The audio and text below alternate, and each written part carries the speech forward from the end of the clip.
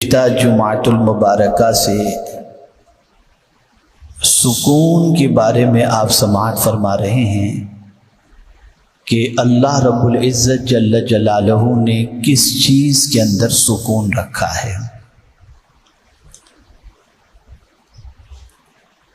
گزشتہ جمعۃ المبارکہ میں آپ نے سماعت فرمایا کہ اللہ عز و جل ارشاد فرماتا ہے هو الذی جعل لکم اللیل لتسکنوا فیہ، وہی ہے جس نے تمہارے لیے رات بنائی کہ اس میں سکون ہے۔ اب آج دوسری آیہ کریمہ کی تلاوت کا میں نے شرف حاصل کیا جس میں سکون کا تذکرہ موجود ہے، لیکن اس آیہ کریمہ کے حوالے سے کچھ عرض کرنے سے پہلے ایک بہت بڑی غلطی اس وقت امت مسلمہ میں ہو رہی ہے، اور اس غلطی کا نقصان بھی آج امت مسلمہ بھگت رہی ہے۔ تو اس غلطی کی اصلاح سے متعلق پہلے ایک بات آپ کی سماعتوں کے حوالے کر دوں۔ بنی اسرائیل میں ایک شخص تھا جو بہت پاپی تھا، بہت گنہگار۔ لوگ اس کے گناہوں سے تنگ آ چکے تھے۔ کچھ دنوں کے بعد اس کا انتقال ہوا۔ جیسے ہی اس کے انتقال کی اطلاع لوگوں میں پھیلی تو لوگوں نے سکون کی سانس لی کہ چلو ایک فاجر و فاسق اس دنیا سے چلا گیا۔ اور پھر وہ اتنا پاپی تھا کہ لوگوں نے اس کو دفن کرنے کے حوالے سے بھی سوچا کہ اس کو دفن کیا جائے یا نہ کیا جائے، تو اس کو رسی سے باندھ کر جہاں کچرے کا ڈھیر پڑا ہوتا ہے نا، وہاں گھسیٹ کر لے جا کر کے لوگوں نے چھوڑ دیا۔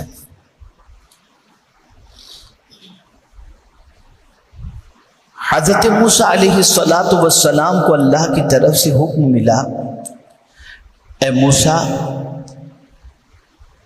تم جاؤ اور میرا ایک بندہ جس کی لاش وہاں پر پڑی ہے اس کو کفن دو، اسے دفن کرو، اور اعلان کرو شہر کے اندر کہ جو شخص بھی اس کی نماز جنازہ میں شریک ہوگا اللہ ان کو سب کو بخش دے گا۔ حضرت موسیٰ علیہ السلام وہاں پہنچے تو جیسے ہی اس لاش کو آپ نے دیکھی تو آپ کی حیرت کی انتہا نہ رہی کہ یہ شخص تو گناہوں میں ڈوبا ہوا تھا، فاسق و فاجر مشہور تھا، اور رب کی طرف سے یہ حکم ملا ہے کہ میں اس کو کفن دفن دے کر کے سب کام اس کا مکمل کروں، اور پھر یہ اعلان کروں کہ جو بھی اس کے پیچھے نماز پڑھے گا اس کی بخشش ہو جائے گی۔ آخر اس گنہگار کے اندر ایسی کیا چیز تھی؟ تو حضرت موسیٰ علیہ السلام نے اللہ کی بارگاہ میں عرض کیا، میرے کریم تیرا حکم سر اور آنکھوں پر، لیکن یہ بندہ جس کے بارے میں تو نے فرمایا ہے یہ بہت گنہگار مشہور تھا، لیکن میں جاننا چاہتا ہوں کہ آخر اس کی کون سی ایسی نیکی ہے جس کی بنیاد پر تو نے مجھے یہ حکم دیا کہ میں یہ اعلان کر دوں کہ جو بھی اس کی نماز جنازہ میں شریک ہوگا اللہ اس کی بخشش کر دے گا۔ اب سنیے رب نے کیا ارشاد فرمایا۔ اللہ عز و جل نے ارشاد فرمایا، اے موسیٰ جتنا لوگ اس کو گنہگار سمجھتے ہیں اس سے 100 گنا زیادہ یہ گنہگار تھا، لیکن ایک بار ایسا ہوا کہ اس شخص نے توریت کو کھولی۔ جب توریت وہ پڑھنے لگا تو اس میں میرے محبوب صلی اللہ علیہ وسلم کا نام آیا، اور جب میرے محبوب صلی اللہ علیہ وسلم کا نام آیا تو اس نے اس کو چومنا شروع کیا، اس کو سر پہ رکھا، سینے سے لگایا اور بہت احترام کیا میرے محبوب کے نام کا۔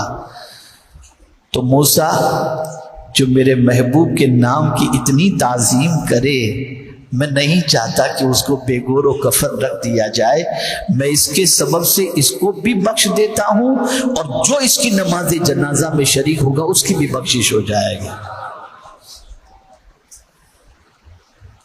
آج ہماری حالت یہ ہے کہ اللہ کا نام لکھا ہوا ہوتا ہے اخبار کے اندر، کسی کے اندر پڑا ہوتا ہے، ہمیں کوئی فکر نہیں رہتی کہ اٹھا کر کے رکھ دیں۔ میں تو آپ کو بتاؤں، میرا بورڈنگ کارڈ ہوتا ہے نا، اس میں بھی محمد لکھا ہوا رہتا ہے، میں اتنے حصے کو کاٹ کے ٹھنڈا کرتا ہوں، ایسے ہی بورڈنگ کارڈ کو کہیں پھینک نہیں دیتا کہ میرے آقا کا نام اس میں لکھا ہوا ہے۔ آپ نہیں جانتے کہ نام مصطفیٰ صلی اللہ علیہ وسلم کی تعظیم کی برکتیں کیا ہیں۔ آج ہمیں اخبارات جس کے اندر آقائے کریم صلی اللہ علیہ وسلم کا نام، رب کا نام، آیات کریمہ، بہت ساری چیزیں اس میں لکھی ہوئی ہوتی ہیں، وہ ایسے ہی پڑے ہوتے ہیں۔ میں تو ان اخبار والوں سے کہوں گا جو اخبار والے اپنے ٹائٹل پیج پر اوپر یا اللہ یا رحمان یا رحیم لکھتے ہیں، خدا را ایسا نہ کریں، لوگ اس کا احترام نہیں کر پاتے۔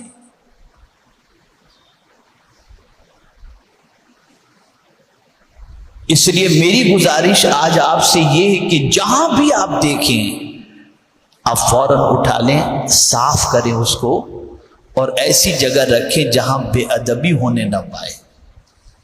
اگر آپ نے یہ کر لیا، پتہ نہیں یہی ادا میرے کریم کو پسند آ جائے اور اللہ عز و جل اسی کو بخشش کا ذریعہ بنا دے۔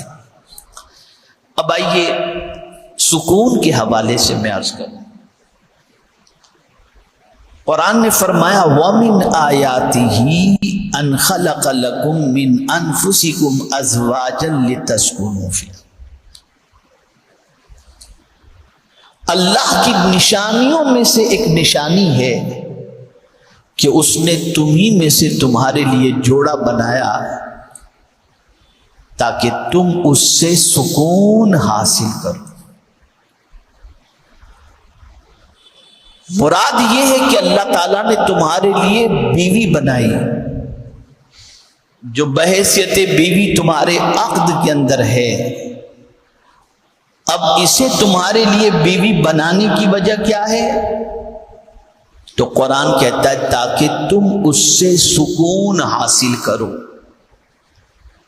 یہاں سے یہ بات سمجھ میں آئی کہ اللہ رب العزت جل جلالہ نے بیوی کے اندر سکون رکھا ہے۔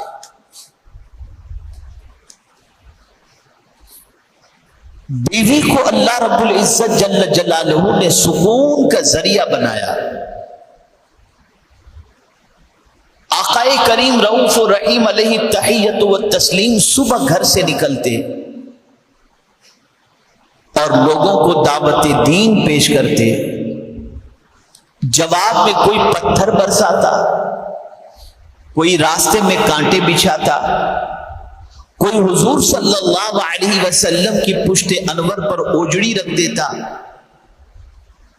آقائے کریم صلی اللہ علیہ وسلم کے لیے غلط الفاظ لوگ اپنی زبان سے نکالا کرتے۔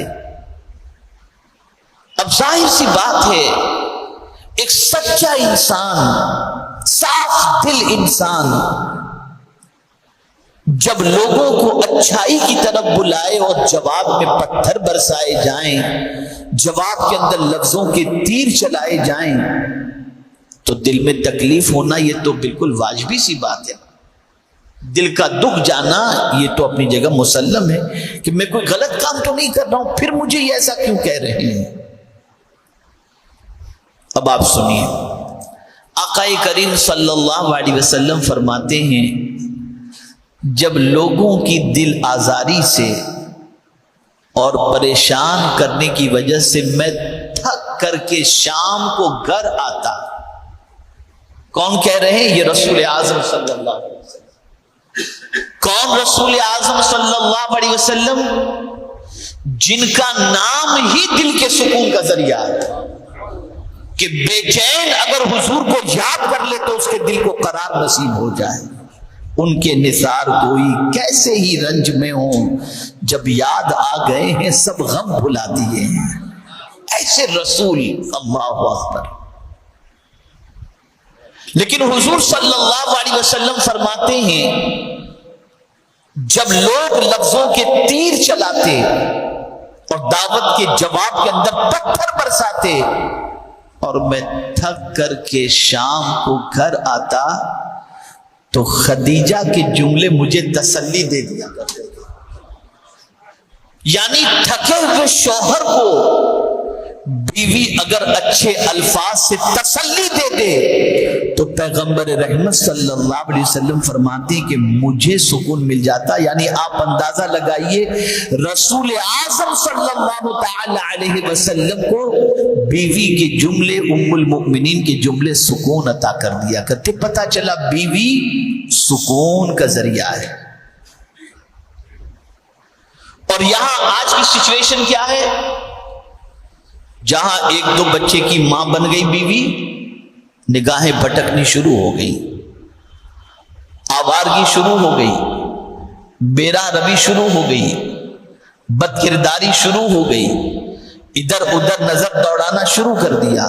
بیوی نے اگر کہا مجھے ایک جوڑا کپڑا دلا دو تو کہے گا میرے پاس پیسہ کہاں ہے، کاروباری مندہ چل رہا ہے. اور کسی کے ساتھ اگر ناجائز تعلقات ہیں اور وہ کہے آئی فون دلا دو، کون سا چاہیے؟ آئی فون 13 پرو میکس چاہیے، میں تمہیں لا کر کے دیتا ہوں. گناہ میں انسان سکون تلاش کر رہا ہے اور قرآن کہتا ہے کہ بیوی میں اللہ نے تمہارے لیے سکون رکھا ہے. رسول اعظم صلی اللہ تعالی علیہ وسلم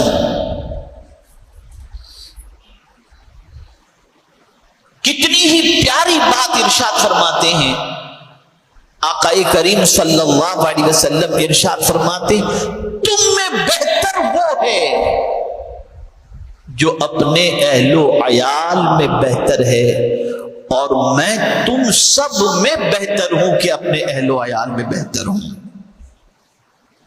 ہم پوری دنیا کے اندر امامہ پہن کر کے گھومیں اور دنیا ہاتھ چومنے سے لے کر نذرانہ پیش کرتی رہے اور اچھے کا تمغہ ہم کو دیتی رہے، لیکن پھر بھی ہم اس وقت تک اچھے نہیں ثابت ہو سکتے جب تک کہ جہاں رسول اعظم صلی اللہ علیہ وسلم نے اچھے ہونے کے حوالے سے سند عطا فرمائی ہو. ہم بیوی کو ستائیں اور دنیا میں نام کمائیں اچھے نہیں ہیں، لیکن دنیا میں کوئی ہمیں اچھی طریقے سے یاد کرے یا نہ کرے اور دنیا ہمیں سکون کا ذریعہ سمجھے یا نہ سمجھے، اگر ہم اپنے اہل و عیال کے اندر باعث تسکین ہیں اور گھر والوں کو سکون عطا کرتے ہیں تو حضور صلی اللہ علیہ وسلم نے فرمایا تم میں بہتر وہ ہے، سب میں بہتر وہ ہے جو اپنے بیوی بچوں کے اندر بہتر ہے. اور سرکار فرماتے میں تم سب میں بہتر ہوں کہ اپنی اہل میں بہتر ہوں. آج شادی ہو جانے کے بعد بچیاں ہفتے میں ایک بار اگر اپنی ماں کے یہاں جاتی ہیں تو سب سے پہلے بیٹھ کر ماں کے پاس سسرال کی برائی اور شوہر کی برائی شروع کر دیتی ہے. اور یہاں ہمارے محلے کا معاملہ اللہ اکبر، شوہر رات کو 2 بجے پہلے 3 بجے پہلے گھر پہ چڑھتا ہی نہیں، دوستوں میں گپ شپ، ادھر گھومنا ادھر گھومنا، یہ کرنا وہ کرنا، پتہ نہیں کہاں سکون تلاش کر رہے ہو. قرآن نے کہا اللہ عز و جل نے ارشاد فرمایا تمہارے لیے بیوی سکون کا ذریعہ ہے.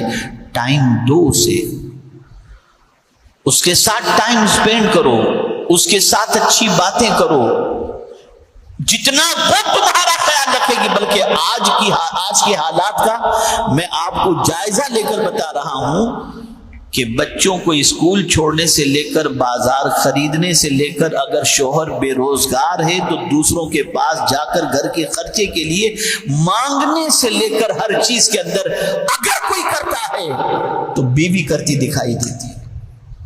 شوہر تو کہے گا صبح اٹھ کر چائے نہیں دی ابھی تک، کمایا کچھ بھی نہیں. بہت سارے گھر ایسے ہیں کہ ان گھروں کے اندر اگر بیویاں کماتی نہ ہوں یا بیویاں گھر کا خیال نہ رکھتی ہوں تو بچے بھوک کے مارے مر کر کے دم اپنا نکال دیں. اور اتنے سارے ظلم و ستم کے باوجود باوجود اگر شوہر کا ایسی حالت میں بھی کوئی خیال کرتا ہے تو وہ بیوی خیال کرتی نظر آتی. قرآن نے اسے سکون کا ذریعہ بتایا. وہ لوگ جو شادی شدہ ہیں اور شادی شدہ ہونے کے باوجود غلط جگہوں پر جا کر ناجائز تعلقات قائم کر کے ادھر ادھر افیئر کر کے اپنی دنیا اور آخرت دونوں تباہ کرتے ہیں اور گناہ میں سکون تلاش کرتے ہیں، خدا کی قسم سکون اسی میں ہے جس میں قرآن نے فرما دیا ہے، اور کسی چیز میں سکون. جب تک کہ امت مسلمہ کی سچویشن یہ تھی، یہ امت کبھی بے قرار و بے چین نظر نہیں آتی تھی. اب تو میں آپ کو کیا بتاؤں کہ حالات بد سے بدتر ہو چکے ہیں. اب تو معاذ اللہ دوستوں کی گروپ کے اندر بیویاں بدلی جاتی ہیں، الیاذ باللہ. یہ حالات ہو چکے ہیں. الٹی گنگا بہ رہی ہے. سچویشن یہ ہو گئی کہ گناہ میں انسان سکون تلاش کرتا ہے. گناہ میں سکون نہیں ہے، سکون اللہ کے فرمان پر عمل کرنے میں ہے.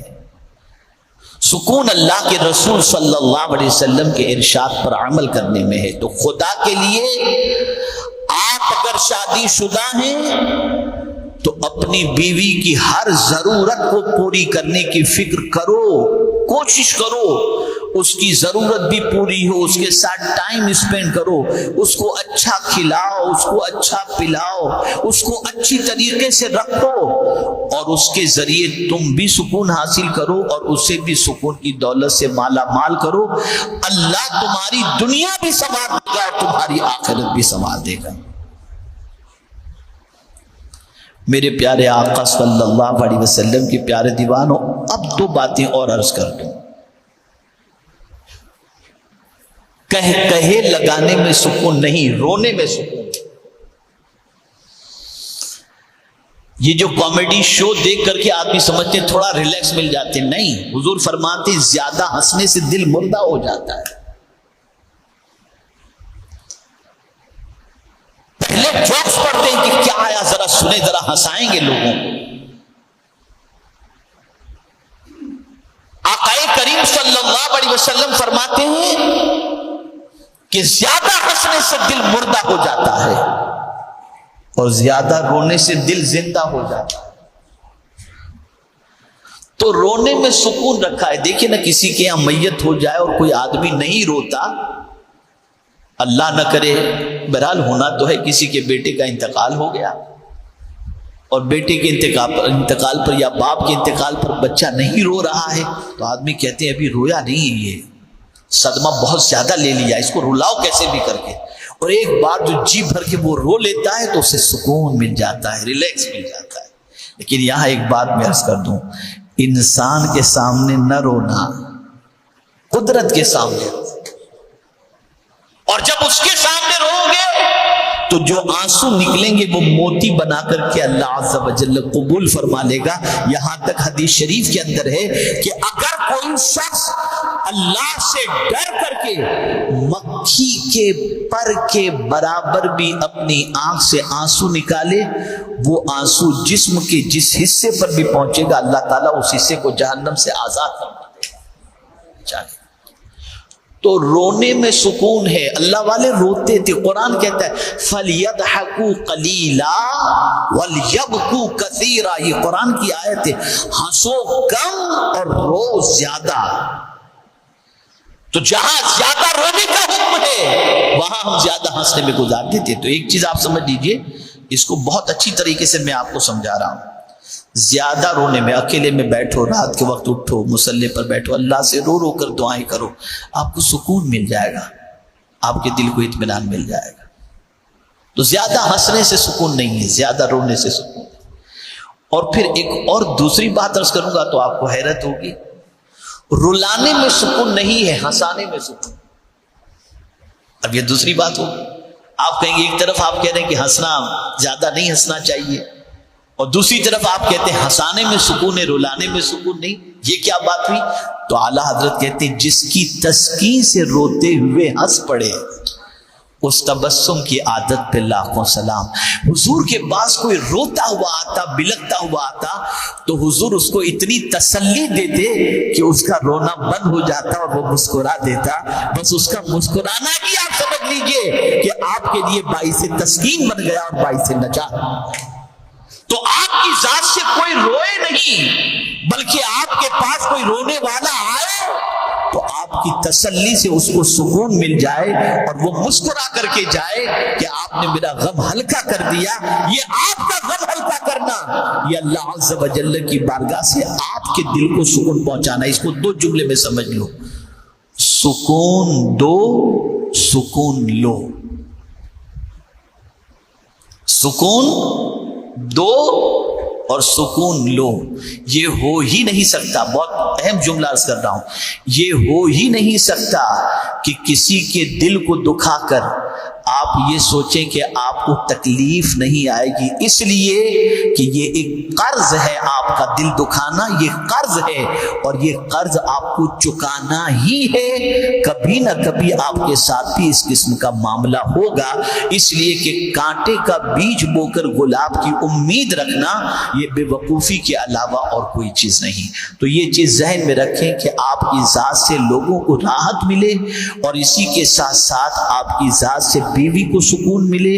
اسی کے ساتھ ساتھ اس بات کو بھی ذہن میں رکھیں کہ کوئی اللہ عز و جل اور اس کے رسول صلی اللہ علیہ وسلم کا لکھے ہوئے نام کا پرچہ آپ کو کہیں گرا ہوا ملے، فوراً اٹھا لو اور کسی کی پرواہ کیے بغیر اسے صاف کرو۔ ہو سکے تو عطر لگاؤ اور بلندی پر رکھ دو، پتہ نہیں یہی بلندی پر رکھنا ہماری بلندی کا سبب بن جائے۔ اللہ مجھے آپ کو سب کو توفیق نصیب فرمائے۔ وما علینا الا البلاغ المبین۔ السلام علیکم۔